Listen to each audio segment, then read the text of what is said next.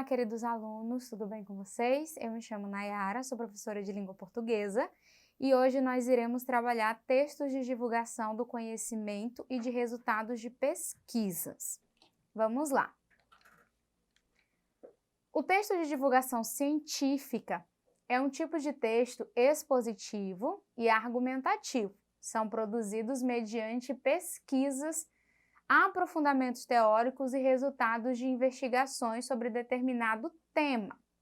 Quando ouvimos falar em textos de divulgação científica, pensamos logo nos cientistas, teóricos e doutores das universidades que escrevem seus artigos, suas monografias, dissertações e teses. Porém, alguns exemplos de textos voltados para a divulgação do conhecimento e de dados e resultados de pesquisas você já conhece, ouviu falar. Veja alguns. Artigo de divulgação científica, verbete de enciclopédias, infográfico, que vocês estudaram em aulas anteriores, infográfico animado, podcast ou vlog científico, relato de experimento, relatório multimediático de campo. Então, o texto de divulgação científico, ele não fica preso lá somente no meio universitário ou os grandes cientistas, não.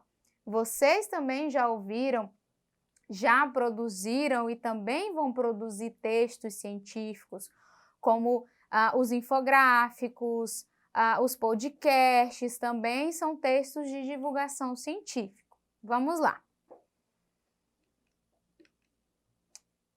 Os textos de divulgação científica possuem a finalidade principal de popularizar a ciência, ou seja, difundir o conhecimento científico, transmitindo assim diversas informações de valor indiscutível. Então, inclusive quando vocês estiverem na aula de ciências, fazendo experimento, e aí vem os relatórios, vocês vão divulgar os resultados. Então, também são textos científicos de divulgação.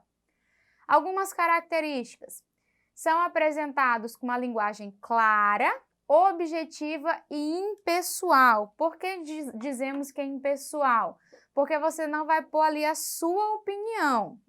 Tanto que os textos de divulgação científica, eles são escritos normalmente em terceira pessoa, porque justamente você vai trazer aí a impessoalidade, você não vai trazer a sua opinião.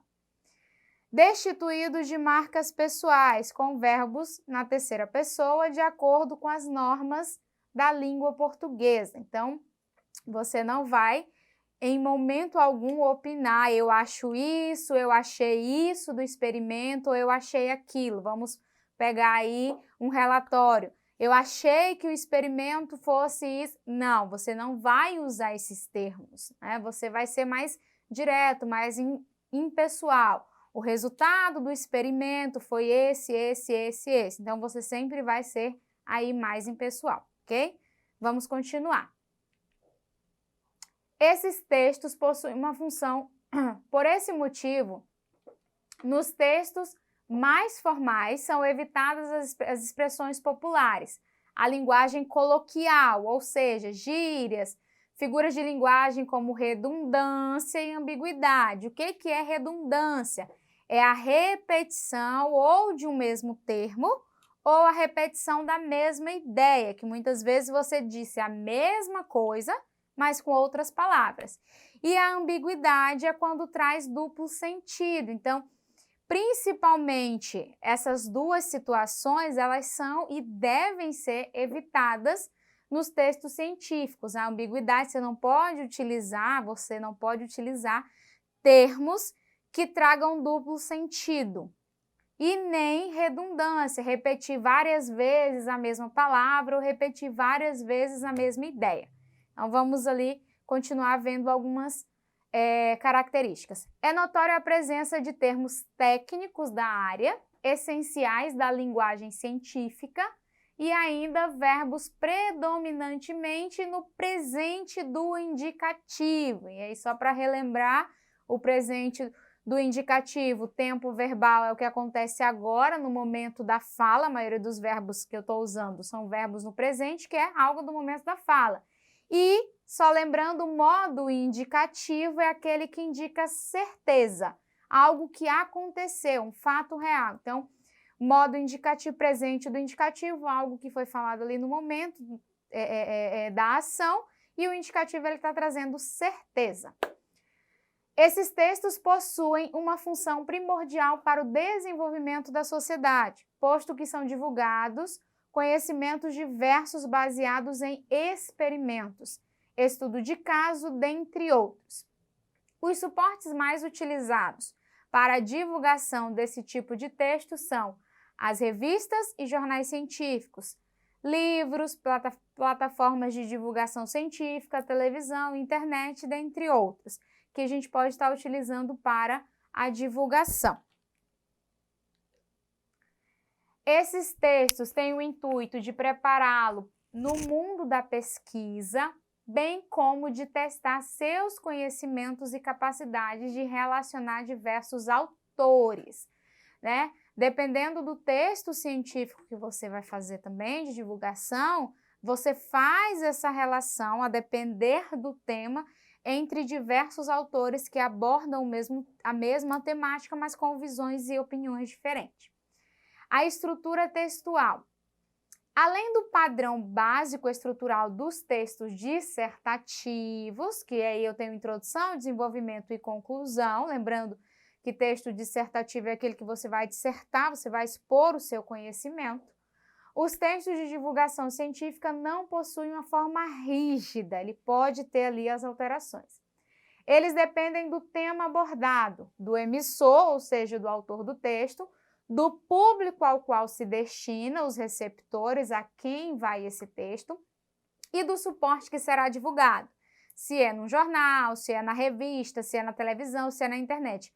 A depender desses elementos, é que vai definir a estrutura, além da introdução, desenvolvimento e conclusão, a estrutura vai depender muito desses elementos, de quem escreve, para quem vai ser, qual será o público, qual vai ser o meio de divulgação, né? Dependendo disso, é que vai se estruturar melhor o texto. Vamos lá continuar. No entanto, alguns deles, como as monografias, dissertações e teses, seguem algumas regras de produção, que vocês também podem produzir não só quando chegar lá na universidade, mas nesse período escolar também. E aí a gente tem a capa. Na capa do texto científico aparecem as informações básicas referente ao trabalho desenvolvido, como o título, nome do escritor ou grupo e da instituição. Sumário. No sumário serão apresentados os títulos de cada capítulo do texto e em qual página cada um se encontra. A dedicatória e agradecimentos. Alguns trabalhos têm uma página específica para a dedicatória e outra para os agradecimentos, onde o pesquisador apresenta as pessoas e as instituições que foram essenciais para o desenvolvimento da pesquisa. Resumo: em alguns trabalhos científicos são solicitados os resumos, e aí em português e inglês, ou seja, uma breve apresentação, geralmente com limite de palavras, em que o pesquisador vai expor a ideia central de sua pesquisa. Dependendo do trabalho, podem apresentar um resumo na língua materna e outro em língua estrangeira. Palavras-chave, geralmente abaixo do resumo, e aí vem a introdução, a parte extremamente importante do trabalho, em que aparecem as principais ideias, a tese e conceitos que serão desenvolvidos no texto. Desenvolvimento chamamos também de antítese. Nessa parte serão abordados todos os conceitos e possíveis autores e referências utilizadas. Possui forte presença de argumentação e contra-argumentação, com presença de comparações, citações de autores, dados estatísticos, dentre outras informações. Conclusão. Na conclusão, há um arremate de tudo que foi exposto, sendo que uma nova ideia geralmente é apontada, referente ao que foi apresentado no trabalho. Por esse motivo, essa parte é chamada também de nova tese. E a bibliografia reúne as referências bibliográficas e webgrafia utilizadas para o desenvolvimento da pesquisa, os livros que você utilizou. Essa parte deverá estar de acordo com as normas da Associação Brasileira de Normas Técnicas, a ABNT. Junto às referências está o glossário, apêndice e anexo com as tabelas, gráficos, quadros, ilustrações, listas de símbolos, abreviaturas e siglas que foram utilizadas no texto, ok? Para a gente só relembrar, texto de divulgação científica. Este gênero tem por finalidade divulgar conhecimento acerca do saber científico. São textos que tratam sobre algo com uma pesquisa aprofundada. Geralmente tem uma linguagem formal, com presença de termos técnicos típicos da linguagem científica. Por se tratar de um texto expositivo, em sua maioria apresenta introdução, desenvolvimento e conclusão. Então, essa foi a nossa aula de hoje. Não esqueçam de acessar a plataforma Eduque.